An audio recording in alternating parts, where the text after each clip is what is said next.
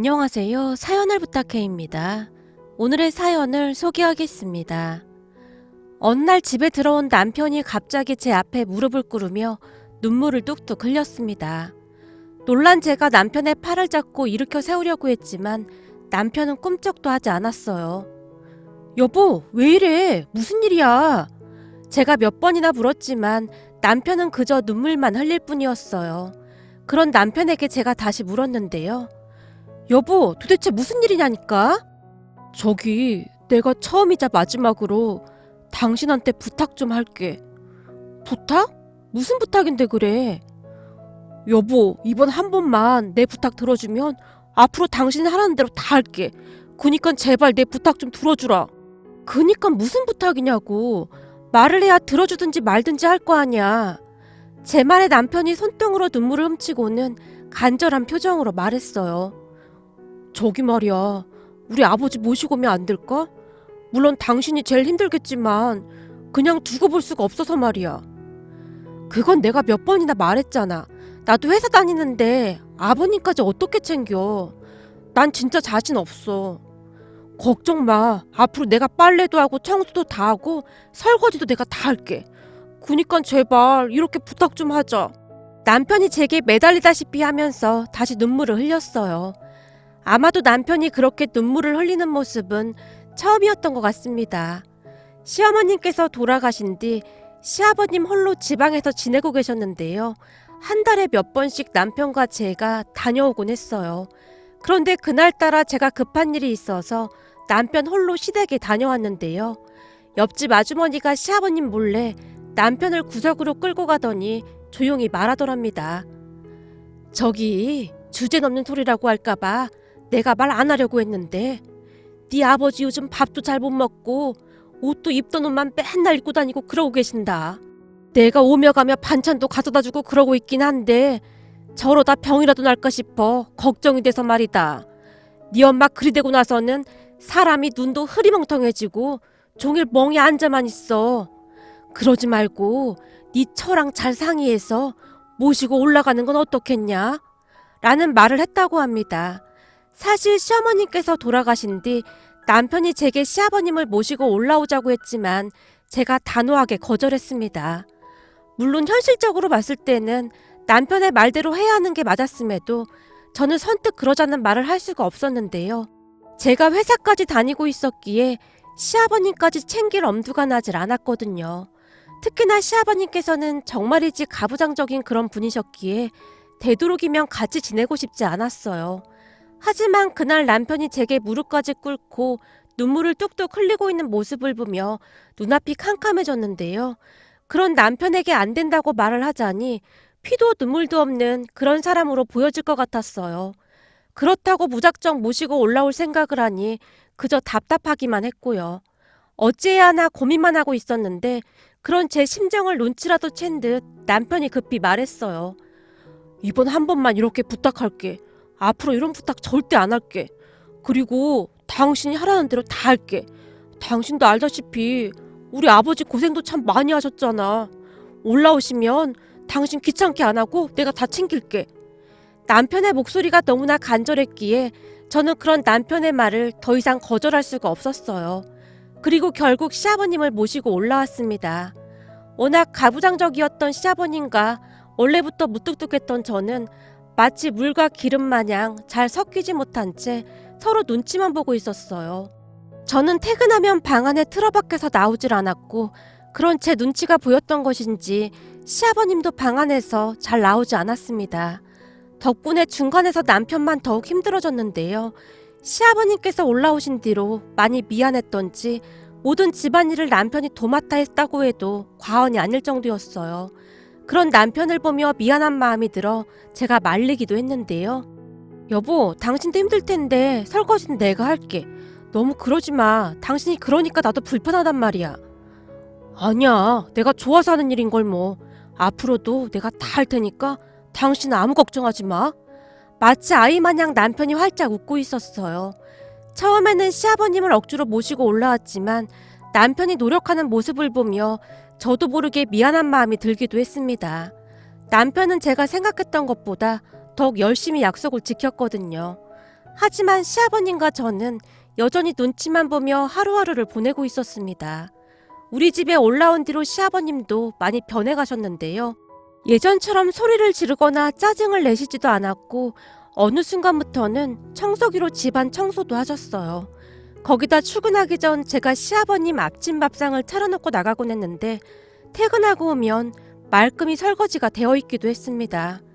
근데 이게 참 이상하더라고요. 시아버님께서 눈치를 보면 볼수록 제 마음은 더 불편하기만 했어요. 그러던 어느 날은 퇴근해서 집에 들어섰는데 시아버님께서 손수 밥상을 차려놓은 게 아니겠어요? 식탁을 보며 놀란 제가 시아버님께 말했어요. 설마 아버님께서 밥상 차리신 거예요? 그게 말이야. 집에 하루 종일 있다 보니 심심해서 말이다. 이 김치찌개를 아버님께서 끓이신 거예요? 그래, 맞다. 내가 태어나서 처음 끓여본 건데 입맛에 맞으려나 모르겠구나. 시아버님께서 제 눈치를 보며 말씀하셨는데 그때 처음으로 제 마음에 죄책감 같은 것이 들었던 것 같습니다. 그 저녁에 시아버님께서 식탁 앞에 선 채 안절부절 못하고 계셨으니까요. 마음 한구석이 어찌나 아려오던지 저도 모르게 눈물이 핑 돌았습니다. 아버님, 이렇게까지 안 하셔도 돼요. 아니다. 내가 종일 집에 있으려니까 심심해서 그래. 진짜야. 아버님, 근데 김치찌개는 어떻게 끓이신 거예요? 아버님 요리해보신 적 없잖아요. 그게 뭐가 어렵다고. 그냥 김치 넣고 물 넣고 돼지고기 썰어넣고 끓이면 되는구만. 배고프지? 얼른 와서 앉아. 라며 시아버님이 제 손을 잡아 끌었는데요. 그때 마침 남편도 집 안으로 들어서고 있었어요. 뭐야, 문 열자마자 김치찌개 냄새가 진동하는데 당신 오늘 일찍 퇴근한 거야? 아니야. 아버님께서 김치찌개 끓이셨대. 당신도 얼른 와서 앉아. 뭐? 아버지가? 아버지 요리할 줄 모르시잖아요. 모르긴 뭘 몰라. 그까짓 것 아무것도 아니더만. 남편과 제가 식탁에 앉았는데 시아버님께서 각자 그릇에 김치찌개를 담아주시고는 잔뜩 긴장하신 채 우리 둘의 얼굴을 바라보고 계셨어요. 뭐야? 엄청 맛있네? 아버지, 엄청 맛있어요. 그렇냐? 며느라, 너는 어떻니? 맛이 괜찮니? 네, 아버님, 정말 맛있어요. 국물이 아주 진한데요? 니들 입맛에 맞는다니 정말 다행이구나.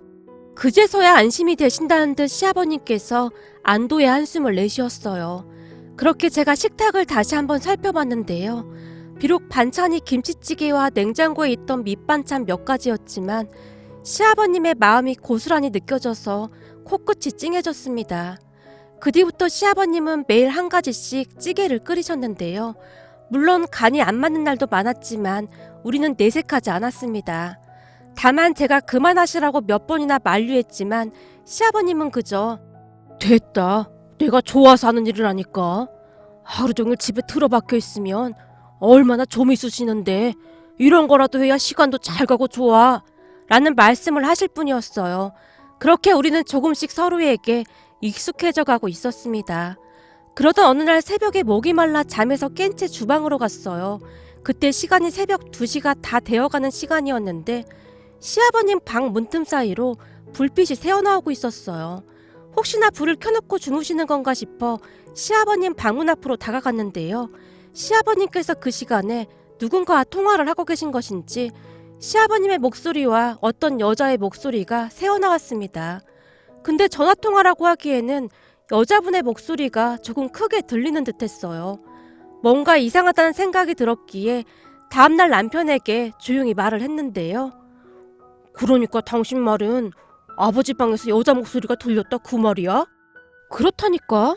근데 그게 좀 이상한 게 전화통화 하시는 거면 여자분 목소리가 안 들려야 하는 거 아니야? 근데 마치 아버님 옆에 있는 것처럼 들렸다니까? 당신이 뭔가 착각하고 있는 거 아니야? 당신이 잠결에 잘못 들었겠지. 그 시간에 여자 목소리가 웬 말이야. 그런가? 내가 잘못 들은 건가? 그래, 당신이 잘못 들었겠지. 그 시간에 아버지가 누구랑 통화를 하시겠어? 하긴 그렇네. 남편의 말에 제가 고개를 끄덕이고 말았어요. 그 뒤 시간이 얼마나 지났을까요? 그날은 주말이었기에 조금 늦게 일어나서 거실로 나갔는데 거실 탁자 위에 올려져 있던 시아버님의 휴대폰이 울려대고 있었어요. 주변을 두리번거렸지만 시아버님께서 안 보였기에 제가 얼떨결에 전화를 받았는데요. 정훈이 아버지, 그 된장찌개에 두부가 꼭 들어가야 하는데 내가 두부를 깜빡했네요. 두부도 썰어 넣어야 하니까 두부도 한번 사와요. 어떤 아줌마가 다급하게 외쳤어요. 그 말에 제가 얼어붙은 듯 아무런 말도 못하고 있었는데요. 정훈이 아버지, 내 말 듣고 있는 거요? 사람이 얘기를 하면 대꾸를 해야지 왜 대답이 없어요? 이상하네. 전화가 끊겼나? 아주머니가 이상하다는 듯이 전화를 끊으려고 했어요. 저기 죄송한데 전화하신 분은 누구세요?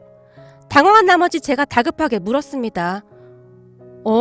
정훈이 아버지 전화가 아닌가? 전화는 맞게 거셨는데 누구신지 물어봐도 될까요? 그 집 며느리인가 보네. 정훈이 아버지 옆에 없어요? 지금 잠깐 나가신 것 같습니다. 그래요? 그럼 내가 다시 전화하리다. 저기 잠시만요. 제가 그 아주머니를 불렀지만 이미 전화가 끊어진 뒤였습니다. 그렇게 한동안 전화기만 바라보고 있었는데요. 곰곰이 생각해보니 그 새벽에 시아버님과 통화를 했던 그 아주머니라는 확신이 들었어요. 그래서 급히 그 아주머니의 전화번호를 메모지에 적었습니다. 잠시 후 시아버님께서 양손 가득 음식 재료들을 들고 집 안으로 들어오셨어요. 아버님, 어디 다녀오셨어요? 오늘은 된장찌개에다 삼겹살 좀 구워볼까 해서 이 앞 마트에 다녀왔다. 오늘 회사도 안 나가는데 저한테 시키시지 그러셨어요. 아니다. 슬슬 바람도 쐴 겸 다녀왔다. 그리고 주말인데 니들도 좀 쉬어야지. 잠깐만 기다려라. 오늘 아침에는 간단하게 우유에다 빵 먹고 점심에는 내가 삼겹살 맛있게 구워주마. 아버님, 제가 할 테니까 앉아 계세요. 아니다, 괜찮다. 시아버님께서 주방으로 들어가서는 토스터기에 식빵을 굽고 계셨어요. 아버님, 토스터기 사용하는 것도 배우셨어요? 아, 이거 별거 있냐? 여기에다 빵 넣고 이렇게 내려주기만 하면 되는걸. 내가 몇 번 연습해봐서 이젠 아주 기가 막히게 잘한다. 근데 아버님 빵 안 좋아하시잖아요. 전에는 소화 안 되신다고 안 드셨던 것 같은데. 아니야. 먹어보니 바삭바삭한 게 아주 맛있어. 여기다 그 딸기잼 올려 먹으면 아주 기가 막히더구나. 달달한 커피까지 같이 마시면 아주 금상첨화야. 시아버님께서 싱글벙글 하신 채 빵 위에 딸기잼을 바르고 계셨어요. 저는 그 모습이 그저 신기하기만 했습니다. 항상 무섭게만 느껴졌던 시아버님께서 변해도 너무나 많이 변해 있었으니까요. 그렇게 시아버님께서 준비해주신 토스트를 먹은 다음 잠시 밖으로 나와서 그 아주머니에게 전화를 걸었어요. 안녕하세요. 조금 전에 통화했던 사람인데요. 아까 저희 시아버님 찾으셨던 분 맞으시죠? 아, 정훈이 처인가 보구만. 네, 맞습니다. 저기 정말 죄송한데요. 제가 궁금해서 그런데 혹시 누구신지 여쭤봐도 될까요? 그게 괜시레 이상한 말해서 정훈이 아버지한테 한 소리 듣는 건 아닌지 모르겠네. 괜찮습니다. 제가 우리 아버님께는 아무 말도 안 할게요. 나는 정훈이 아버지 친구 안 사람 되는 사람입니다. 아버님 친구분 아내분이요? 근데 왜 우리 아버님께 두부를 사오라고 하셨는지. 그게 꼭두 새벽에 정훈이 아버지가 전화를 해서 된장찌개 끓이는 방법을 물어봐서 그랬지. 요즘 정훈이 아버지가 음식하는 재미가 들렸거든. 참 신기하단 말이야. 예전에는 요리에 요자도 모르던 양반이 참 많이도 변했어. 아니, 그럼 우리 아버님께서 계속 요리를 물어보셨다는 건가요? 저기 그게 말이요. 사실 정훈이 아버지가 예전에 정훈이 엄마가 해주는 밥만 먹어봤지 혼자 요리라는 걸 평생 해본 적이 없었어. 근데 며느리랑 같이 살아야 하는데 그 정도는 해야 눈칫밥 안 얻어먹는다고 이래저래 나한테 물어보길래 내가 알려줬지. 정훈이 아버지 말이 틀린 말도 아니니까. 네? 그러니까 제 눈치가 보여서 음식도 하시고 그러셨단 말인 거네요? 아니, 꼭 그렇다기보다는 어느 날 정훈이 아버지가 그러더라고. 요즘 세상에 홀씨애비 모시고 사는 며느리가 어딨겠냐고. 거기 올라가니까 혼자 외롭지 않고 너무 좋은데 고맙고 미안해서 뭐라도 해야 하지 않겠냐고. 순간 가슴속 깊은 곳에서 뜨거운 무엇인가가 올라오면서 숨이 턱하고 막혀왔어요. 그런 제 마음을 아는지 모르는지 아주머니가 계속해서 말을 이어가셨는데요. 정훈이 아버지가 며느리 칭찬을 그렇게 많이 하고 다녀요. 세상에 우리 며느리 같은 애가 없다고. 회사 나가서 일하랴, 퇴근하고 시아버지 챙기랴. 자기가 너무너무 미안하다고 나한테 부탁을 한 거요. 그래서 내가 이것저것 알려줬더니 내 목소리까지 녹음해가면서 요리를 만들었다지 뭐야. 나도 그 모습이 짠하기도 하고 그래서 계속 알려줬고. 그러니까 며느리는 그냥 모른 척해요. 나중에 정훈이 아버지 알면 쑥스러워하니까. 알았죠? 그냥 모른 척해요. 아, 네, 알겠습니다. 목이 메어 간신히 대답을 했는데요. 그동안 제 눈치를 보면서 소가리를 얼마나 하셨을까 하는 생각에 저도 모르게 눈물이 쏟아져 나왔습니다. 그러니까 얼마 전 새벽에 들려왔던 목소리가 바로 녹음된 목소리였던 것 같았어요. 그 말을 듣고 있는데 문득 저희 집에 올라오시고 난 뒤 한동안 냉랭하게 대했던 제 자신이 한심하게만 느껴졌어요. 아주머니와 통화를 마치고 잠시 후 집으로 들어갔는데요. 시아버님께서 된장찌개를 끓이신다고 재료를 손질하고 계셨어요. 아무것도 모르는 남편은 옆에서 감탄하고 있었고요. 야, 우리 아버지 파 써는 것도 엄청 늘었네. 아버지 이러다 나중에는 며느리보다 더 잘할 것 같은데요? 조금만 기다려봐라. 이 아버지가 된장찌개 아주 기가 막히게 끓여줄 테니까. 그 모습에 제가 시아버님께 다가가 시아버님의 손을 꼭 잡고는 눈물을 쏟고 말았어요. 아니 너 왜 그래? 무슨 일 있는 거냐? 여보, 당신 왜 그래? 그렇게 시아버님의 손을 꼭 잡고 눈물을 흘리다가는 시아버님의 손을 바라봤는데요.